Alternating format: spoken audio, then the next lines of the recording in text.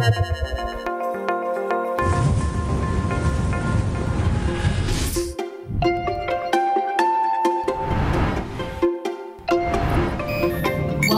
to UNTV's Digital Interactive Broadcast. Ay, good morning, good morning, good morning, good morning, good morning, good morning, good morning. Magandang maga, good morning. Good morning, Kuya. Aga, good morning, Kuya. Balakan ko kagad yung balakan ko kagad yung screen. Magandang salubong ko. Good morning, good morning. Parang may... Ha? Always good to speak with a fellow scientist. We are going to do some great work together. Trust me, I'm a genius. Meron na naman. Awesome! Ano? Nagsasabi mo dyan? May sino naman to? Dong, sino naman to? Ang barkada mo na to, dinala mo dito. Kuya, good morning. Siya po ang aking professor. Professor mo Yung ba nagturo sa'yo magsuot ng pajamang may necktie? Ay, pajama po ba ito? Sabi sa akin ni Michael Fahatin, ito daw ay formal. At binigay ito, kuya, ng isa sa aking mga fans. Ayos, natatakpan na nga yung bibig mo PJ yan Di ba pajama yan? Tapos may... Bigay ito, kuya, ni Joff Salonga. Sino? Si Joff Salonga, kuya, isa sa aking mga fans. Ang kilala ko si si Asyong. Asyong Salonga. Talaga nga naman. Day! Morning, Day! Good morning, Kuya. It's 26 degrees Celsius in Quezon City, and the temperature is expected to reach 34 degrees Celsius. In Baguio City, it's 15 degrees Celsius, while in Cebu City and Davao City, it's 25 to 26 degrees Celsius. I'm a genius. Ang kulit na ito si Einstein, Yun ang tinuro niya sa akin, kuya. Ang maging makulit. Nagsasalita si... Well, my transistors are fully functional, and my servos are operating at peak efficiency. So you know, I can't complain. Nakita mo ba naman, Professor, nagsasalita si Day, nakikisabat-sabat ka. Hey, Professor. Yes? Professor, stick your tongue out. One moment. Yeah. Okay. So sorry. Could you run that by me again? Sabi ko lang, stick your tongue out.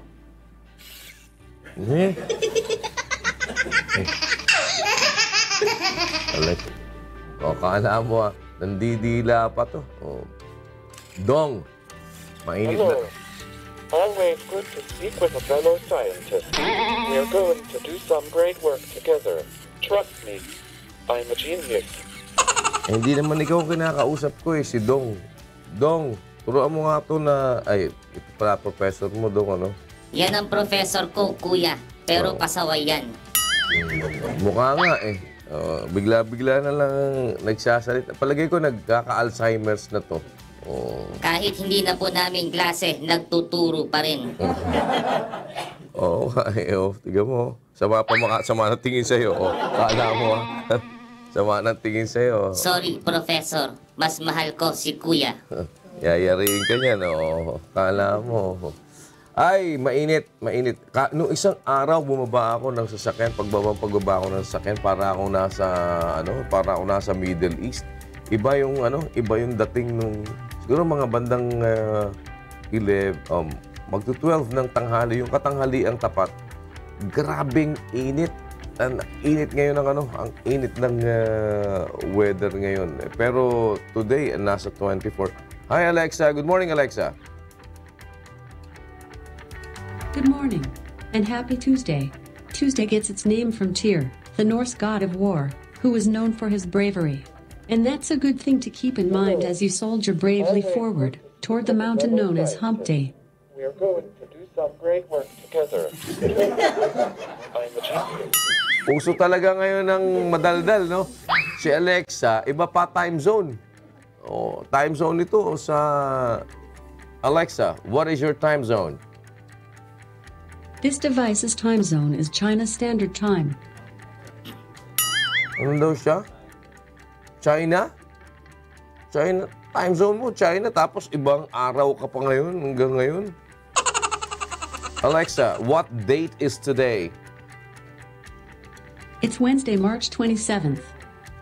March 27 naman. Bakit nag-Tuesday ka dyan? Fellow scientists, we are going to do some great work together. Trust me, I am a genius. Ano yung hello? Professor. Hindi na pa. Professor, smile. Okay, Professor, smile. That's me. I know. Professor. Let's see. So sorry. Could you run that by me again? Ano yun? Ewan ko. Day. Day. Yes, Kuya. Kumusta ka na? I'm doing great.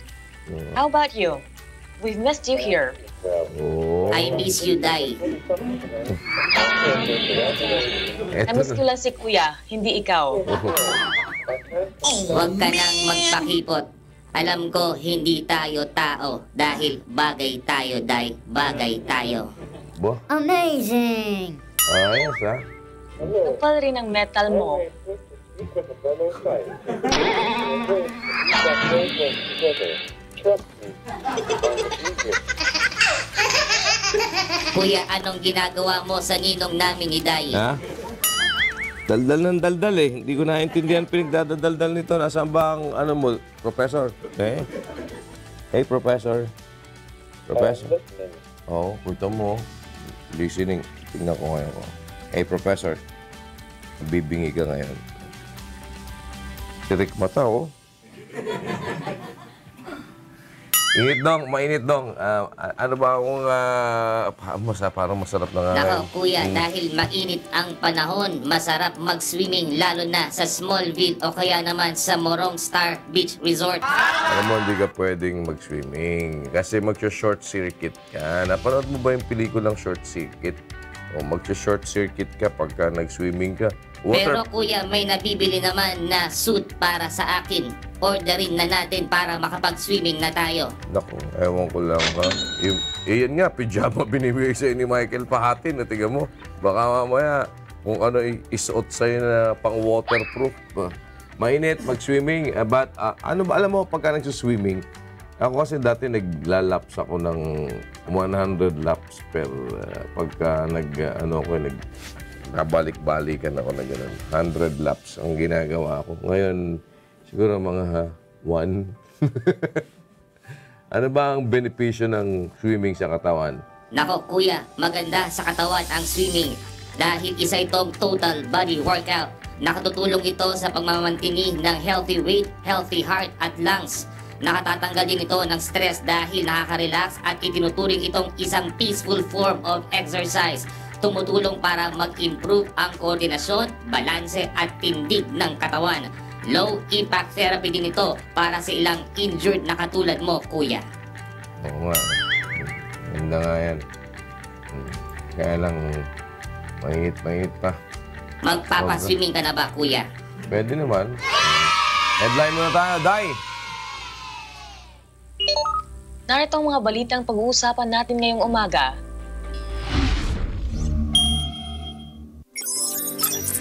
Economic advisor ni Pangulong Rodrigo Duterte na si Michael Yang sangkot umano sa sindikato ng ilegal na droga ayon sa isang dating opisyal ng PNP, pero ang Malacanang hinihintay pa ang resulta ng investigasyon kay Yang. Pagsusuot ng maiksing short at hapit na damit ipinagbabawal sa Caloocan City. Mga customer na lubhang naapektuhan ng water shortage, hindi muna sisingilin ng Manila Water ngayong buwan. 60 km per hour na speed limit sa buong Metro Manila, ipatutupad ng MMDA. Tindahan sa Thailand viral sa social media dahil sa eco-friendly na paraan ng pagbebenta nito ng mga gulay. At mga paraan para makakuha ng maganda at kakaibang selfie at groupie, alamin. Kung meron nung naghahanda na sa inyo dyan, maagang nagta-traffic ngayon. Diyan sa may area pa lang ng circle, medyo dumadami na kagad ng sasakyan. 6:14 ng umaga. Alexa, what time is it in Los Angeles, California? Alexa, what time is it in Los Angeles, California? In Los Angeles, California, it's 3:14 p.m. 3:14 p.m. 3:14 p.m. Kung meron pong inilabas na drug matrix si Pangulong Rodrigo Duterte, alam nyo, naglabas naman ng drug matrix itong si dating Police Colonel Eduardo Asierto. At ang sabi niya, sangkot daw umano sa sindikato ng illegal na droga yung economic advisor ni Pangulo na si Michael Yang.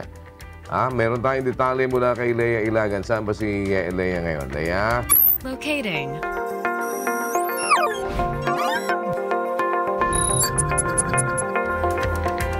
Good morning, Lea. Ano ang balita natin? Good morning, Kuya. Kuya, tama ka dyan. Kung nung last year, naglabas si Digong ng drug matrix, naglabas din kahapon ng drug matrix itong si Police Colonel Eduardo Asierto. At sinasabi dito sa drug matrix na ang Johnson Chua drug trafficking syndicates ang nag-ooperate sa bansa. At itong Johnson Chua Drug Syndicate ay pinamumunuan ng isang Johnson Chua. Ito daw ay nakabase sa mainland China at huli daw itong na-monitor dyan sa Macau at Hong Kong. Sa pag-iimbestiga ni Colonel Asierto dito sa Johnson Chua Drug Trafficking Syndicate, Kuya, ay lumutang ang pangalan nitong dating economic advisor ni Pangulong Rodrigo Duterte na si Michael Yang at ang business partner naman nito na si Alan Lim. Ang mga ito daw umano ay naniningil ng 50,000 pesos kada kilo ng shabu para maipasok dito sa bansa. At base din doon, Kuya, sa Matrix, kung makikita mo dyan, itong si Alan Lim ay nahuli na ng mga otoridad sa Cavite Clandestine Shabu Laboratory noong isang taon.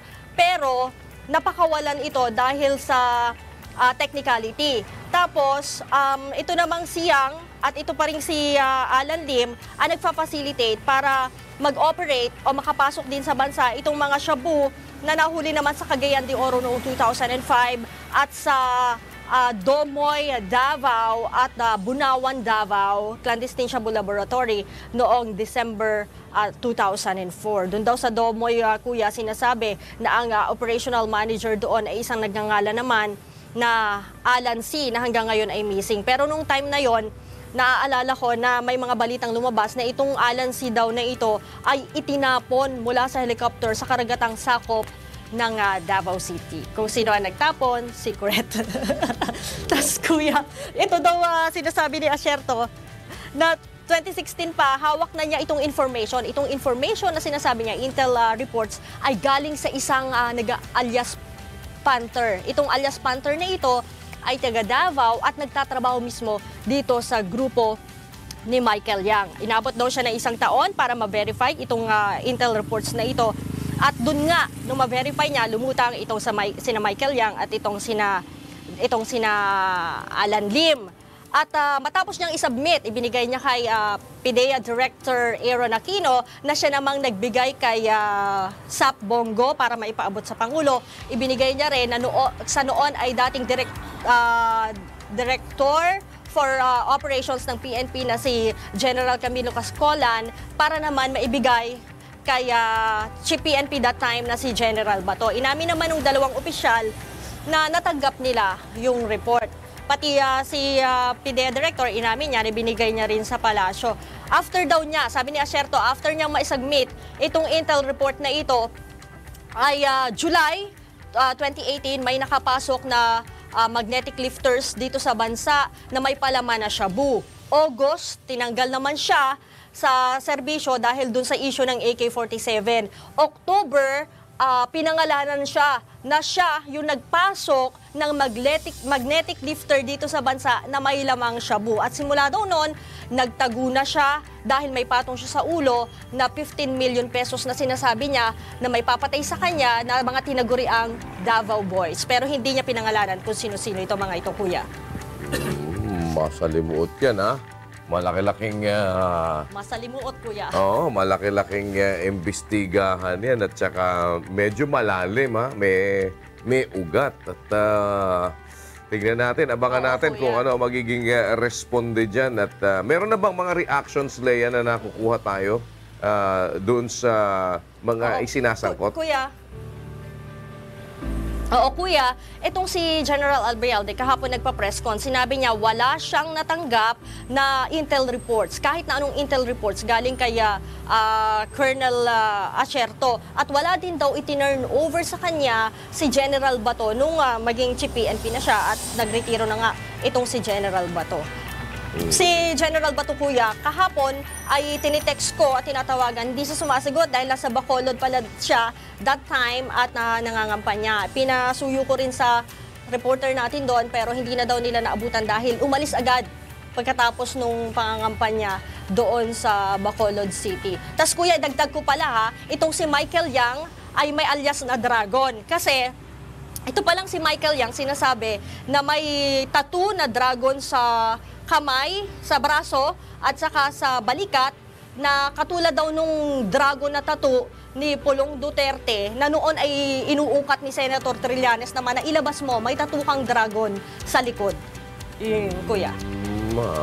Maraming pag-uusapan dyan. Sige, Leia, maraming salamat at pag-aabang kami ng update kung ano ang magiging reaction naman at ano ang magiging mga counter-claim sa ibang panig ng mga isinasangkot dyan sa issue na. Thank you so much, Leia Ilagan mula po sa Camp Crame. Oh, mga taga-Caloocan. Sino mga taga-Caloocan? Meron ba taga-Caloocan sa inyo dyan? Taga-Caloocan ka ba? Ay, Caloocan ba? Akala ko, kuya, kalokohan. Sorry. Oo nga, marami kang kalokohan eh. Alam nyo, dyan sa Caloocan ngayon, meron ng dress code.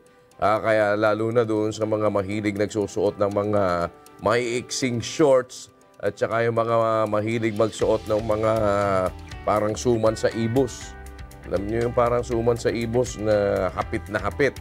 Eh dahil dyan sa Caloocan, ay pinagbabawal yan yung pagsusuot ng maiksing shorts at saka yung mga damit na hapit sa katawan. Kausapin natin si Aiko Miguel. Nasaan ba si Aiko Miguel? Aiko! Locating.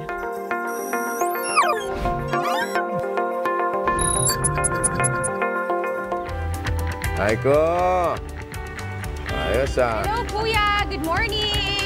Morning. Kuya. Oo, parang... Yes, kuya. Good morning. Ano inaabangan mo dyan sa tulay? Kuya, nag-aabang ako ngayon dito ng mga... Kung meron bang mga residente pa dito sa Caloocan na nagsusuot ng mga bawal na. Kasi dito nga sa Caloocan City, kuya, meron ng ordinansa na nagbabawal sa mga residente na magsuot nga ng mga short, sando at pati yung mga hapit na damit sa mga pampublikong lugar. Base sa City Ordinance sila na number 0439, bawal na nga yung pagsuot ng sando, yung mga short sa mga kababaihan at pati yung mga hapit na damit sa palengke, sa mga daanan, sa plaza, basta lahat sa mga pampublikong lugar dito sa Caloocan City, kuya. Nakalagay doon sa City Ordinance, kuya, although November 2007 pa siya, ay mahigpit pa rin ipatutupad ngayon ito ng local government. Ngunit bagaman yung ilang mga konsehal na nagpanukala nito ay wala na sa pwesto. Yung isa doon ay vice mayor pa rin ngayon ng Caloocan City, kuya. So, ipinatutupad pa rin ngayon dito sa Caloocan yung mga mahuhuli ng mga barangay officials kasi sila nga yung kasama sa implementing body. Merong mga multa sa bawat offense na magagawa ng mga violator na residente. Yung first offense, kuya, warning ang ibibigay doon sa bawal yung suot sa pampublikong lugar.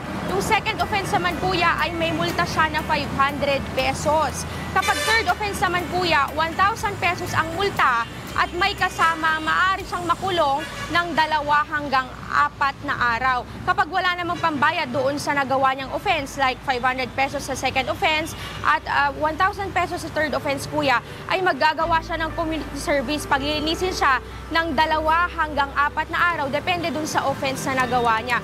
So ang paalala ngayon ng mga LGU o ng LGU dito sa Caloocan, mga barangay officials, bawal na po yung pagsusuot ng mga ganyang damit kahit na napakainit po ang panahon dahil doon sa nakalagay sa city ordinance, meron lamang dress code yung mga residente dito sa Caloocan City. Kahapon kuya, may mga nakausap tayong residente dito sa Caloocan. Pabor sila doon sa pagpapatupad nitong ordinansa dahil yung iba nga, yung mga kalalakihan na nakausap natin, takaw tingin nga daw naman. Kapag ka ang isang babae ay nakita nilang ang suot ay napakaikli, short shorts nga at napakahapit. Yun nga kuya, kahit summer, dapat maayos pa rin daw, dapat isuot ng mga kababaihan at hindi naman din dapat mag-topless o walang pantaas yung mga kalalakihan na gumagala o nakikita nila sa mga pampublikong lugar. So dito sa Caloocan City kuya, sa ngayon, so far ngayong umaga, wala pa naman tayong nakikitang ganon yung mga kasuotan dito. Pero Aiko, ang sinasabi mo para sa mga residente lang. Tama ba yun? Paano kung halimbawa ang nagpunta dyan ay hindi naman residente dyan? So, kailangan i-check out. Teka muna, maiksi damit mo. Tingnan ko nga, sabi mo na lang, hindi po ako taga-Caloocan. Ganun ba? Sa residente lang ini-a-applyan o sa sino man pupunta dyan sa lugar ng Caloocan? Yes, kuya, napakagandang tanong nga po yan dahil maging kami po, tanong namin yan kuya dahil kahapon pumunta kami sa City Hall ng Caloocan City. Ngayon tinanong rin po namin yung mga taga-barangay. Kumbaga, bagaman 2007 pa existing po yung city ordinance, wala naman pala siyang implementing rules and regulations o IRR. So, yun nga po, isa rin sa tanong kuya, kung hindi ka naman taga-Caloocan pero nadayo ka dito at ganoon nga yung kasuotan mo, papaano yung pagpapatupad ng multa o fine ba doon sa offense na nagawa ng isang bisita lamang dito sa Caloocan City. Sa ngayon kuya, naghihintay pa rin tayo ng mai-interview o makakapanayam na official from Caloocan City para mas maipaliwanag itong pagpapatupad ng kanilang city ordinance. So hanggang ngayon, 2007 pa yung ordinansa na yan, di pakitang tao lang yan kung walang hanggang ngayon wala pa rin naman palang implementing rules. Imagine 2007, ano na ngayon, 2019 na ngayon, tapos wala pa rin implementing rules and regulations para sa isang ordinansa. Di kalokohan yan. Yes, kuya, mahigit isang dekada na nga itong ordinansang ito. Pero yun nga, maging yung mga barangay officials, meron pa rin silang tanong, papaano kung yung isang residente na pagala-gala sa kalye, yung bahay pala niya, malapit lang naman dun sa palengke o kaya yung isang plaza na pinuntahan niya, pero yung suot niya, bawal na pala doon sa ordinansa. So, kumbaga kuya, meron pa ring loophole dito sa ordinansang ito, bagaman matagal na itong umiiral dito sa Caloocan City. Wala yan, pabintang lang yan pagka ganyan, di ba? Isipin mo, tsaka sino, ngayon biglang bubuhayin na naman dahil tag-init, biglang pag-uusapan, pero wala namang ano. Wala yan, ano yan, panis yan. Ano lang yan, pabintang lang yan. Yan ang mga pasayang oras. Salamat, Aiko Miguel. Kala ko po pa naman magaling-galing at, di ba, parang, okay, magandang ano yan, magandang panukala o ordinansa kung sakali, makaiwas sa mga rape, makaiwas dun sa mga matang puspos ng pangangalo niya. Kaso, wala namang implementing rules and regulations. 2007 pa, 2019 na ngayon. Ay, naku, Day! Anong oras na, Day? It's 6:28 a.m. Wow, nauna ka, 6:27 pa lang dito sa screen ko. Ayun, ngayon pa lang, umalo na. 6:28 na nga naman. Tama ba kayo doon sa mga affected ng water shortage? Merong good news daw ang Manila Water dahil magbibigay daw sila ng discount doon sa mga babayarang bill para sa buwan ng Marso. Parang discount, ha? Discount, wala tubig karamihan, Oo, talaga nga naman. Ka-discount sa tubig, pero sinasabi nila dyan, discount daw doon sa mga naapektuhan ng shortage na yan. At kumbaga parang hindi daw muna sisingilin ng Manila Water. Ewan. Saan? Si Mon Hox. Saan ba si Mon? Mon!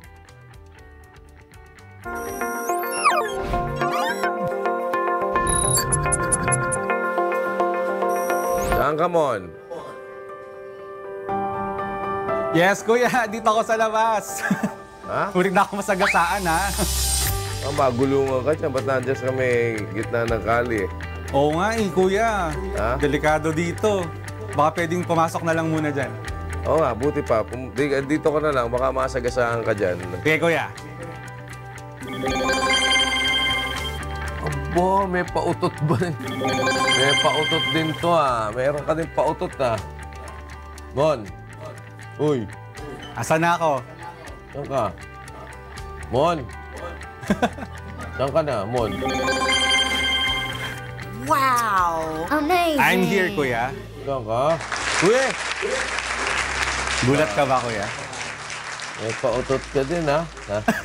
May paandar ka din, ha? Ano pautot yan? Anong kalokohan mo dyan, ha? Ayan, hologram to, kuya. Hologram. Diba, high-tech na tayo ngayon kasi. Ayos, ha? Talagang, baka... Ayan. Good news muna tayo, kuya. Magtatako lang aso dyan, ha? Galing mo, ha? Parang ano eh, gusto mo, kuya, labas ako ulit? Nakakakuryente ba yan? Hindi naman. Hindi. Pero tumatagos yung, tatagos sa akin kung sino man yung ano.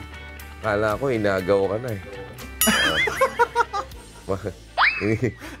Iniwan mo kami. Talaga, okay yan, ha? Oo. Kala ko, inagaw ka na daw. Sabi ni Michael Patin, kala inagaw ka na ng kabilang istasyon. Oh, man! Talagang style mo, ha? Paano yan? Nawawala ka rin? Pwede kang mawala, ganon? Pwede akong bumalik sa labas. Nagte-teletransport ka? Talaga? Yes, Paano? teleport, kuya. Ha? O sige nga. Tingnan ko nga. Lalabas ako ulit, ha?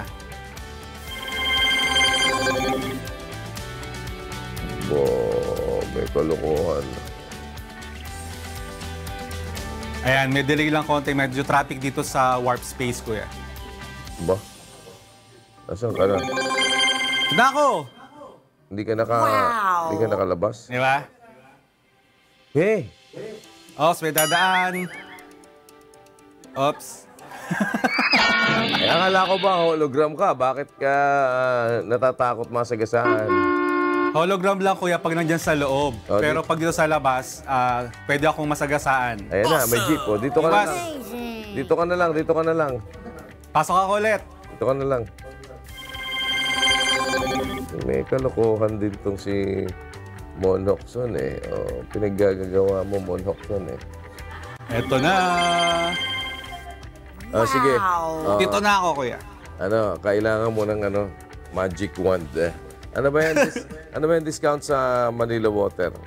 Actually, kuya, good news nga sa lahat ng customer ng Manila Water dahil pag ikaw ay kasama doon sa nawalan ng tubig, na 24 oras ka nawalan ng tubig sa loob ng isang linggo, wala ka nang babayarang water bill pagdating ng April. Pero mas magandang balita pa dyan, lahat naman ng customer ng Manila Water na nakaranas ng water interruption ay meron silang discount. Yung 10 cubic meters na nagamit nila o katumbas ng 10,000 liters na tubig, hindi na nila babayaran yan sa buwan ng Abril. Ito ay nagkakahalaga ng 76 pesos hanggang 656. Depende yan kung residential o commercial yung gamit na linya. Pero ayon sa MWSS, walang ligtas ang Manila Water dahil patuloy yung kanilang investigasyon kung may nalabag ang Manila Water doon sa tinatawag na concession agreement. Bumaba na. Ang good news naman dito, bumaba na nasa 107 million liters per day ang kakulangan na tubig ng Manila Water mula sa 150 million liters per day. Ito ay sa tulong ng Cardona Water Treatment Facility na partially umaandar na ngayon. So mula sa 62 barangays, meron na lamang 8 barangay ang severely affected ng water interruption. At 97% na ng mga customer ng Manila Water na nasa east zone ng Metro Manila ay meron ng 8 hanggang 12 hours na water supply. Pero lahat wala pa rin nararanasan na 24 hours supply, hanggang 8 to 12 lang muna ang kanilang supply ng tubig, kuya. Paano nila malalaman kung nawalan nga ng 24 hours yung Sabihin mo lang, ako nawalan ako 24 hours. Ganun ba? I-recognize na nila? Or sila din yung nagde-determine na talagang doon sa area na yan, naapektuhan yan ng 24 hours na kawalan ng tubig. Kasi meron, minsan, sabihin, hindi, meron naman dyan may supply naman dyan hindi naman kayo nawalan. Pero in reality, maaaring nawalan ka. Sabihin nun, hindi, nawalan kami talaga ng 24 hours. How do you validate? Yes, kuya, alam ng Manila Water yan. Dahil dun sa kanilang sistema, yung mga valvula o yung mga valve, talagang alam nila, like sa Mandaluyong and Pasig na lubhang naapektuhan, meron talaga dyan sa mga barangay na yan, alam ng Manila Water na hindi nagkaroon 24 oras na wala silang supply ng tubig. Pati yung ilang barangay sa Rizal, lalo na yung mga nasa matataas na dako like Antipolo and iba pang lugar dyan sa probinsya ng Rizal, kuya. So sila na rin ang nagde-determine. Batay Yes, dun po. sa batay dun sa kanilang maaring data na eto, hindi namin talaga na-supplyan to ng tubig for 24 hours. So, Yes, discount. kuya, tama, ganun po. So, sila na automatic na magdi-discount dun sa billing nito na susunod. Opo, kuya. Ngayon, bibigyan naman nila ng pagkakataon yung mga customer na kumontesta naman. Dahil halimbawa, sa barangay Barangka, Mandaluyong na talagang lubhang naapektuhan, pag meron dyan na lumitaw na sa kanilang water bill na sila'y may babayaran, pwede silang kumontesta dahil ang barangay Barangka sa Mandaluyong talaga nawala ng tubig sometime itong mga nakaraang linggo. Okay. Sige. Saan ba ang biyahe mo today? Lalabas na ako ulit, kuya. Saan nga? Saan ba? Diyan lang, kuya, sa labas. Alis na ako, baka malate ako eh. Talagang Di ba pwedeng mas lumiwanag ka ng konti para kang multong-multo? Pwede, kuya. I-adjust natin. Ha? Yan. Wow! Nandyan lang ako sa tabi mo, di ba? Wala ako, nasa kisaan ka. Sige. Lumayas ka na. At trabaho ka na. Basta ako, kaya bye. Oo, trabaho na tayo.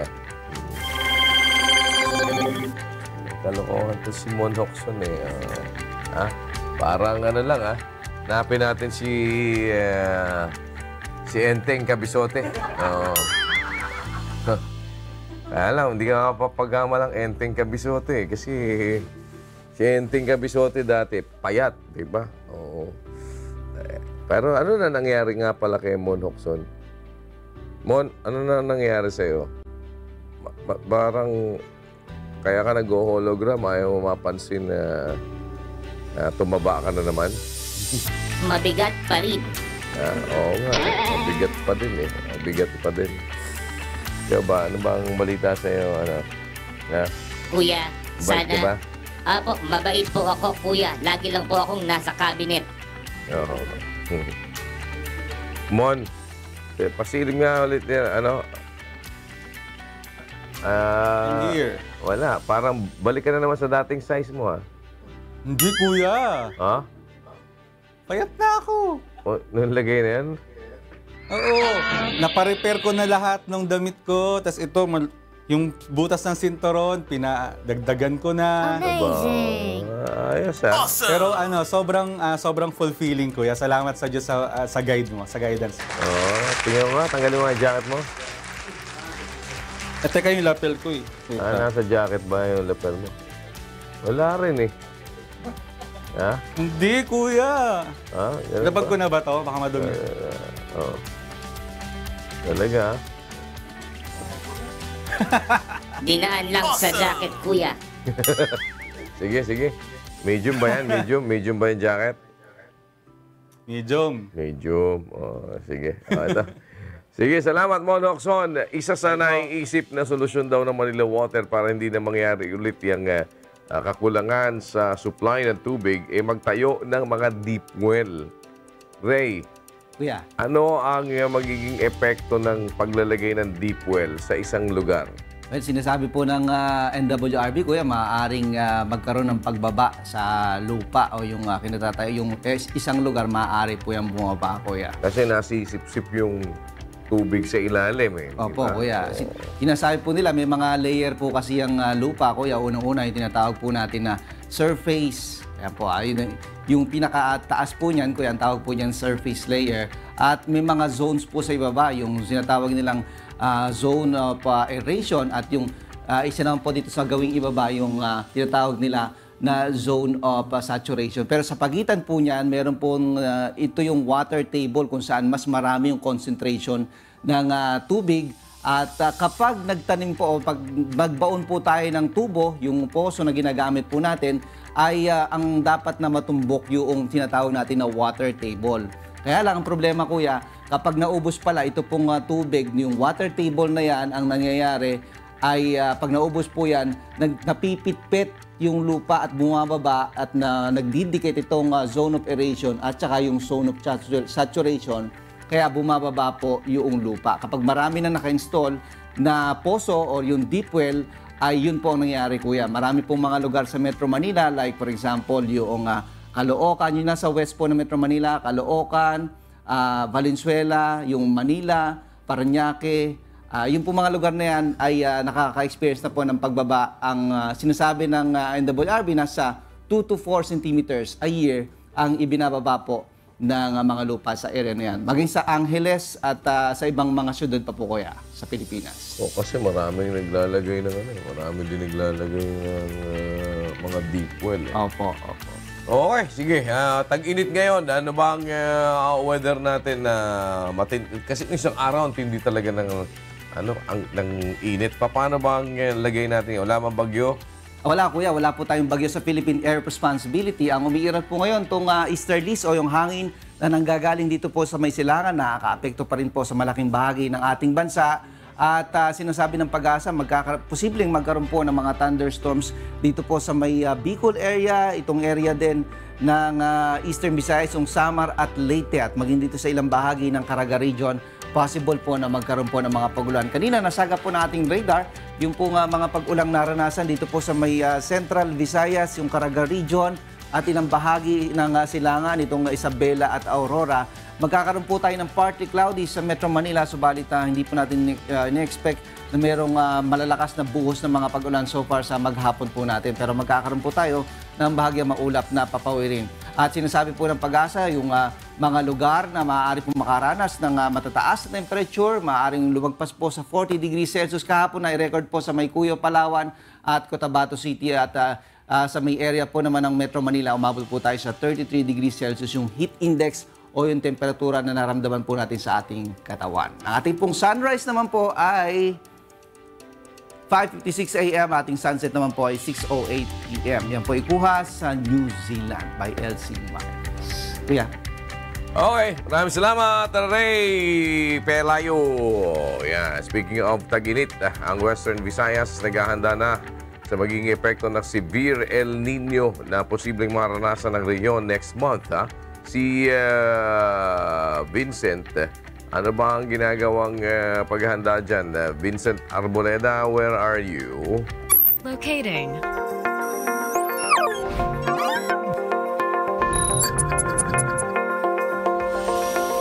Para masarap yung pandesal. Pandesal ba yan? Vincent, saan ka? Yes, kuya, dito tayo sa Ortiz Street sa Iloilo City, kuya. At balak sana natin kanina na pumunta po sa park para makapag-jogging ng konti. Kaya lang, unfortunately, umambon po. So, dito na lang muna kami tumambay sa cafeteria para makapagkape at magkumain ng pandesal. Oo, sarap lang ito pandesal dyan. Magkano ba pandesal dyan sa Iloilo?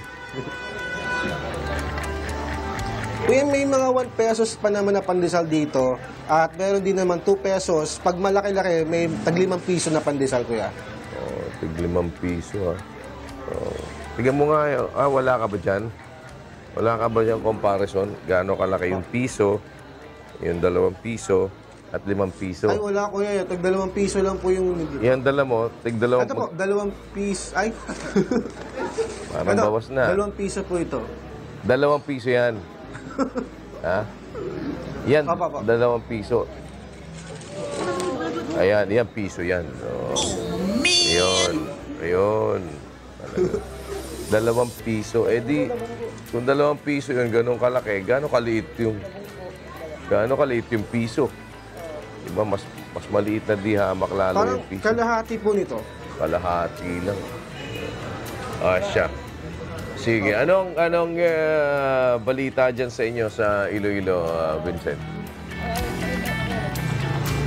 Kuya Yamang, summer na po ngayon. Nakakaranas na rin po kasi ngayon ng weak El Nino ang Western Visayas region. Pero ayon sa Philippine Atmospheric Geophysical, Astronomical, and Services Administration o PAG-ASA po natin, magiging severe pa po ito pagpatak ng buwan ng Abril. At ayon nga din sa PAG-ASA, maapektuhan yung mga tanim dito po sa Western Visayas region. At batay nga po sa report ng Department of Agriculture, kuya, sa mga bayan ng Patnongon at Kulasi sa bayan sa lalawigan ng Antique, 547 hectares na ng lupain ang apektado dahil po sa dry spell na epekto ng El Nino. Doon naman po sa Kawayan Negros Occidental, 6.1 million pesos yung reported damages na po dito sa kanilang area, habang yung bayan naman ng Bingawan sa Iloilo Province ay balak na mag-declare ng state of calamity kasi mahigit 50% ng populasyon po nila apektado na, kuya, dahil karamihan kasi ng mga taga-Bingawan, Iloilo ay mga farmers. Tapos may nakatanggap din po tayo, kuya, ng initial report from the Iloilo Provincial Agriculture's Office na yung damages to agriculture na naiulat sa kanilang opisina mula sa iba't ibang mga bayan sa Iloilo ay umabot na sa halos 1 billion pesos.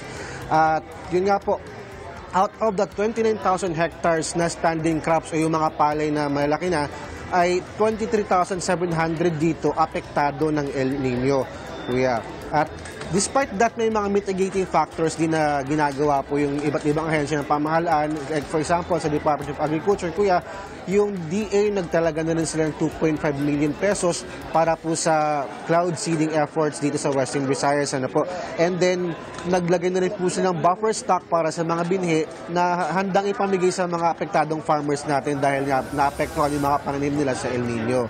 Meanwhile, kuya, inaabangan natin ngayon at check din natin po sa Iloilo Provincial Agriculture's Office kung magde-declare ba ng state of calamity yung probinsya ng Iloilo dahil sa laki ng damages ng El Nino sa mga pananim dito po sa kanilang lalawigan. At gayon pa man, nakamonitor din po yung Department of Agriculture sa iba pang epekto ng El Nino dito sa rehiyon at sa posibleng paglakas pa po nito dito sa Western Visayas, kuya. Okay, salamat Vincent Arboleda, live mula dyan sa Iloilo. Salamat sa inyo dyan. Dong, batiin mo daw yung... Yes, kuya. Batiin mo daw yung anak ni Joseph Baluyot. Hello sa lahat ng Dong Natics, lalo na kay Elisha at kay Joff Gloria. Oh, kilala mo si Elisha. Oh. May Dong Natics ka pa. Dong Natics, kuya. Ha? Si Day. Day, ano naman niya sa'yo? Dong Natics yung sa kanya.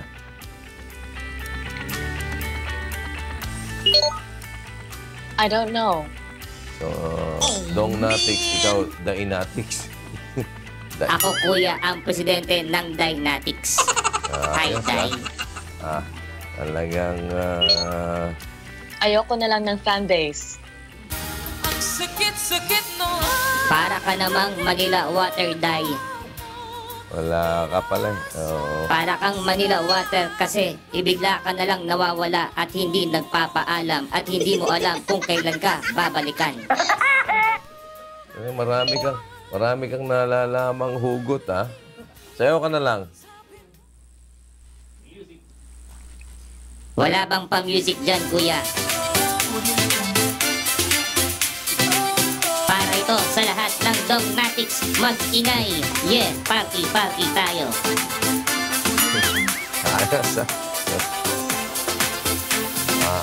May bakang step ngayon, ha? Kapag natin, dialysis. Ayan, Day, papasiklab, Day, Ikaw daw, kaya mo yan, Day? Ha? Day, mag-hologram ka papunta dito. Sayaw tayo. Ba? I wish I could do the hologram. Aba. Gusto talaga akong makita ni Day, kuya. Gusto kong makita si kuya, hindi ikaw. Wala ka pala, Yan, good morning. Good morning po sa inyong lahat, mga taga-La Union, na imbag nga bigat kada kayo amin. Puntahan natin itong MMDA ito magpapatupad daw ang ng uniform speed limit sa Metro Manila. Ayon po sa MMDA, para mabawasan daw ang mga aksidente sa kalsada. Meron detalye si Asher Kadapan. Asher? Locating.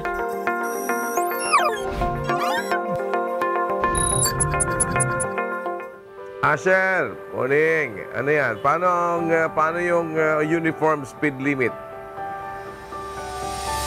Yes, good morning, Kuya. Parang 60 nag-FTV na kilometers per hour po. Parang Ang FTV ka lang, ha? ipinatutupad, Kuya, ng Kuya, andito po tayo, tumawid po tayo sa may footbridge dito sa may EDSA. EDSA Scout Borromeo po. Niluluma mo si Ray Pelayo, ha? Yung mga tipong... paano yan sa MMDA? Kuya, ayun nga po, ipatutupad po ng Metropolitan Manila Development Authority ang 60 kilometers per hour speed limit para po siyan sa mga lahat ng sasakyan sa mga major thoroughfares sa Metro Manila. Kuya, naaprubahan na ito ng Metro Manila Council at anytime ay pwede na itong ipatupad ng MMDA kung saan nga ito dito yan katulad dito sa EDSA at sa mga circumferential roads ay ipapatupad itong naturang speed limit. At ang tinitingnan nito, Kuya, ay ang layo nito, Kuya, ay para nga mabawasan yung mga bilang ng aksidente na nangyayari. Kasi ito po, Kuya, base daw ito po sa implementasyon na, katulad na implementasyon na ginawa sa Davao City kung saan 50% nung mga bilang ng aksidente ay nabawas. Katulad nga po, Kuya, nung isang araw, Kuya, nung umiikot po yung team ng UNTV News and Rescue, kasama po ako doon. Doon po sa may Commonwealth, Kuya, meron pong 3 sasakyan, kahapon ng madaling araw yan. 3 sasakyan yung naggigit-gitan. At ang sabi po ng isang MMDA traffic enforcer na nakasaksi doon sa pangyayari, mabilis daw po talaga yung takbo ng mga sasakyan. At yun nga po, nagpayo din ng MMDA, sana nga magkaroon ng limitasyon sa bilis ng takbo ng mga sasakyan upang makaiwas sa aksidente, Kuya. Sana sumunod. Problema, kahit na may mga speed limit kung hindi naman din sinusunod sige, salamat Asher Kadapan mula dyan sa Quezon City. Tignan natin at malaman natin kung paano ipapatupad yung mga speed limit na yan. Bagay, pagka naman matraffic, di ka rin makakapag-pabilis ng takbo. Punta muna tayo ng Thailand. Hinahangaan ngayon ng marami ang isang tindahan ng gulay dyan. Kung bakit, alamin natin kay Kath Dumaraos. Locating.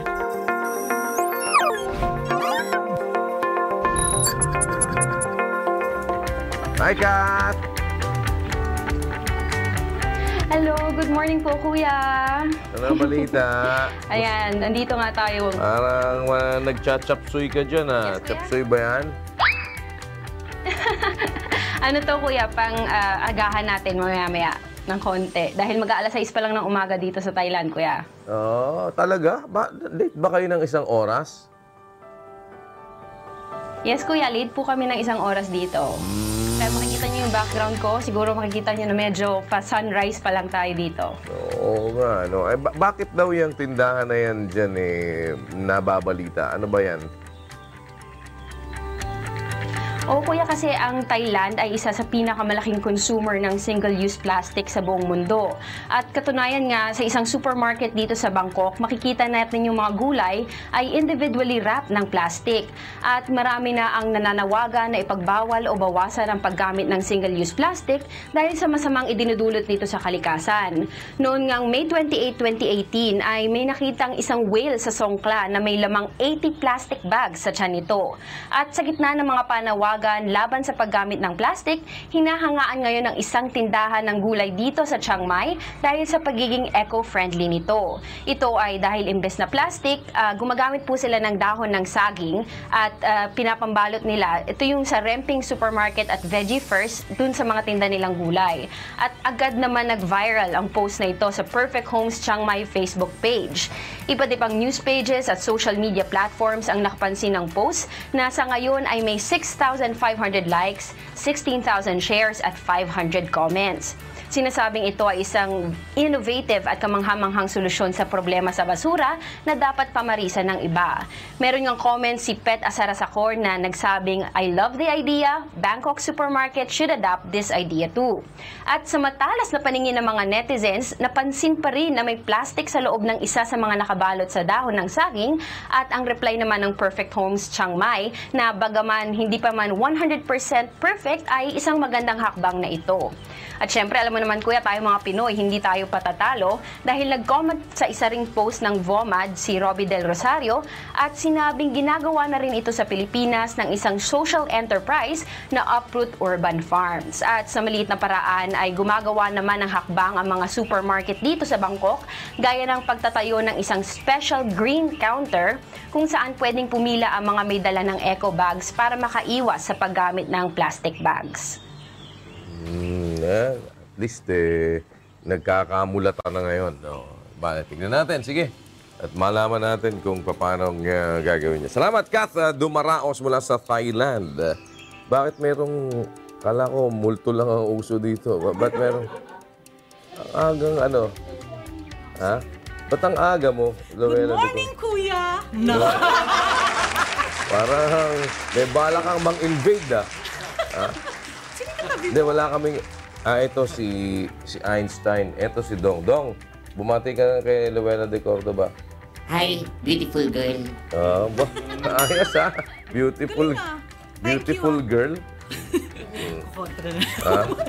Ba, hindi mo sinamang ano. Sige. Ano? Okay. Bakit nandito ka? Manonood ako ng Garrett Steak mamaya. Tulog, Gusto ko yung ganun-ganun. Ikaw nga, gayahin mo nga yung Dong.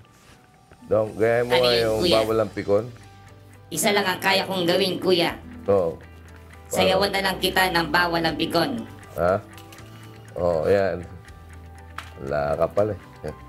Dito, tingnan mo, tumingin ka sa akin. Dong. Ano yun, kuya? Tumingin ka sa akin. Sandali lang po, medyo may stiff neck ako. Ganyan yung ano mo. Eh, si Luella de Cordoba, marunong yan, marunong magsayaw yan. Magaling ba siyang sumayaw katulad ko, kuya? Ay, kumakanta yan. Ay, kasing galing ko rin po ba siya kumanta? Ang kanta natin. Oo. Sa ilalim ng puting ilaw. Yan. Sa ilalim ng buwan. Hindi mo alam pala yan. Naubos na ang aming sabaw sa dilaw na bawl. Hindi mo pala alam Hindi naman ganyan ang sayaw niyan talaga.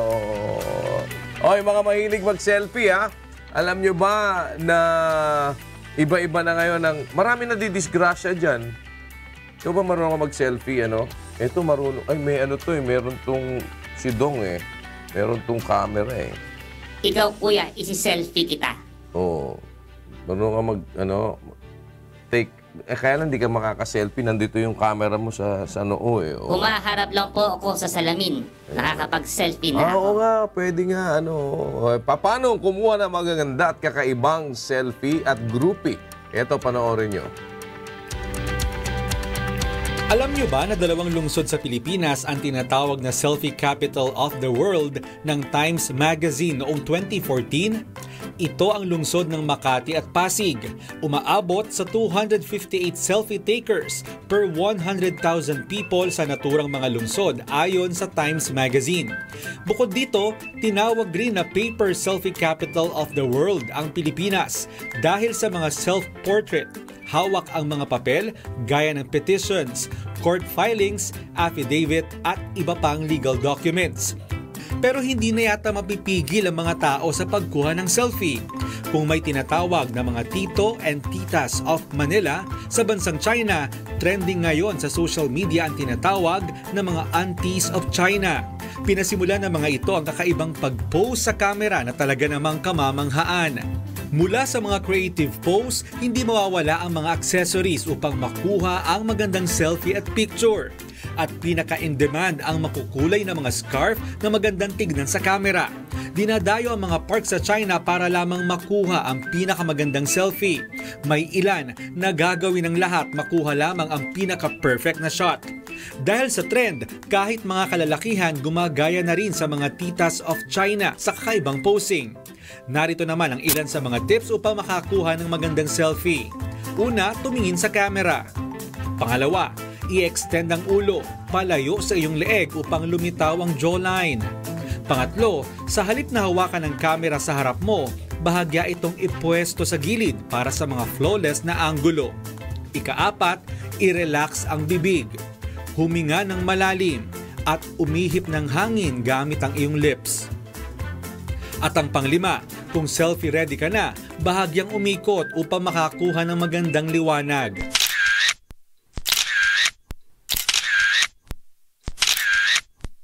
Pero laging tandaan, hindi katumbas ng buhay ang pagkuha ng isang magandang selfie. Kung kaya't laging maging alerto at huwag gagayahin ang mga buwis buhay na mga selfie gaya nito.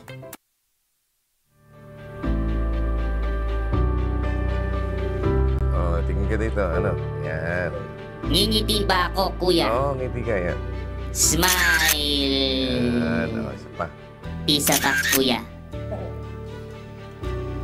Patingin naman, kuya. Pakitingin kung payat ako dyan.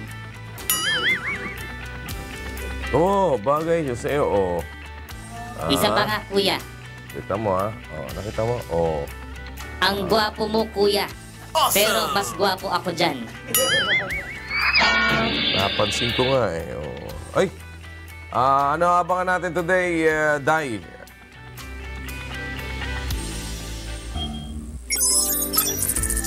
Magsasagawa ng press briefing ang Department of Finance para linawin ang mga loan agreement ng Pilipinas sa China.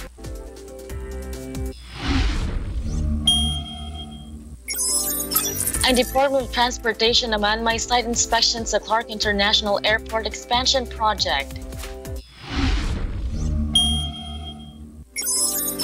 At DPWH Secretary Mark Villar, pangungunahan ang groundbreaking sa Cavite segment ng Cavite-Laguna Expressway. Dong, sino aking guest mamaya? Kuya, makapanayam niyo mamaya sa Get It Straight with Daniel Razon si Makati City Mayoral Candidate Ricky Yabut. Wow! At kuya, may medical mission din mamaya sa Maylelan Drive Covered Court, College View, Barangay Balon Bato, Quezon City. Magsisimula ito ng alas 8 ng umaga. Kuya, may nagsasalita. Almost done. I will just need a moment to complete the connection. Nagko-connect pa lang siya. Perfect. I'm online. To ask me a question, say, "Hey Einstein," or "Hey Professor." Ang kulit niya talaga, kuya, kaya lagi akong absent sa klase niya. Or, how is the weather in? For other commands, please visit my website at professoreinstein.com. Okay, let's get started. Einstein, what is science? Einstein, what is science? Makatingin, ah. Hello. Always good to speak with a fellow scientist. We're going to do some great work together. Wala ka sa buhay mo. Mahirap ka kausap. Oo. May Alzheimer na yan. Bye-bye, kuya. Bye-bye.